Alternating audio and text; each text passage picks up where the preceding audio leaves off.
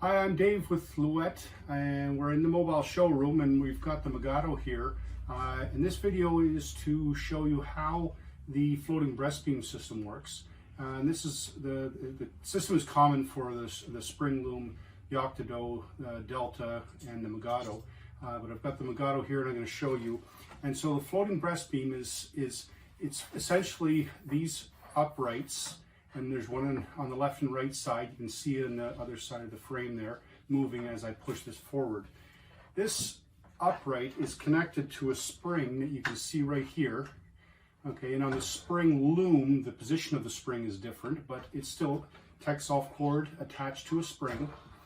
Okay, and as you tighten your tension, these arms, these vertical uprights move so that the tension, when you set the tension of your warp, then you set these verticals at a specific spot, and that specific spot is selected by the user. It can be different for each user, and you change the tension in this in the Texel cord attached to the spring to adjust for various tensions of warp tension, and that changes depending on if you're using wool or linen or cotton or different kinds of yarns in your warp. So the rest of the videos, I'm going to go through and show you the fine tuning of how this works. So here I've tensioned the warp to the tension I want, and most people go through and wind your warp and tension it, and they'll feel it like this to say, yep, that's the tension I want. The problem is that your hand is going to measure it, and you got to remember that, and it's not precise and consistent. So first of all, you got to get your tension the way you want it, and then we're going to go look at the uprights of the floating breast beam system. Okay, so I have tightened my warp as you saw previously. I had my hand on it. My warp is where I want it to be. Notice the floating breast beam arms right here and over here. They are flush with the front of the loom here, and that's the visual that I use. Now you can also use a visual of the floating breast beam coming, the back edge here coming to the front edge. Any visual reference point that you can use so that when you are advancing the warp using the crank here, then this moves and it goes back to the same spot that you had before. Now I'll release the brake. All right, now you see the floating breast beam arms have moved inward. The spring, the tension released. The springs, you see, are slack. They've released their tension because it's all connected to the warp beam. Now I'm going to advance my warp, and you'll see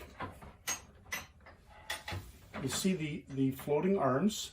Every click, they come a little closer to vertical, and I'm going to get them back to vertical like that.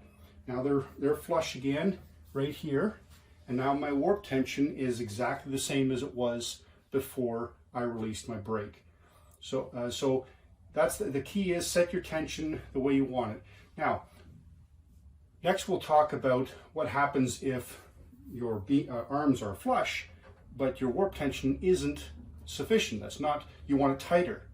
That's the next adjustment I'll show you. Okay, so I've released the tension. You can see, oh, that's not very tight. I want it tighter than that. But when I go back here, you see, oh, but my arm is flush.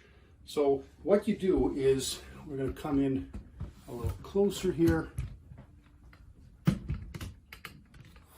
What you do is you adjust the Texel cord here. Each Texel cord, it's a series of loops, 7 millimeters apart, and you count in how many loops you want. So if you put it on, 10 loops in, it's the spring here you can see is stretching. So the more stretch in the spring, the tighter it pulls back on the arm, and it allows you to tighten your warp tension. So we're going to count in to about 7, go right there, and now let's give it a little bit more, just make it a little bit more. That's 6, 7, 8, 9, 10. Okay, so that shows you that it comes in quite a bit. When I advance my warp now, it's going to be nice and tight on this end. So any adjustment to the warp tension you do by adjusting the loop cord or the TechSolve loop cord right here. And it's a bit of back and forth fine tuning, and once you've trial and error, once you've got it set, you can even make notes that, well, with a linen warp I know I want it at 15, and with a wool warp I know I want it at 2, meaning the second loop, 15 meaning the 15th loop from the end.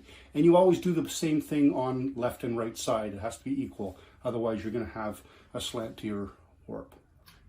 Thanks again for watching. I hope that explains the floating breast beam system sufficiently. Do comment if you have any questions, and always reach out to us through our support system. You can access it off the website, Louët.com. Support email address is support@louët.zendesk.com. Thanks.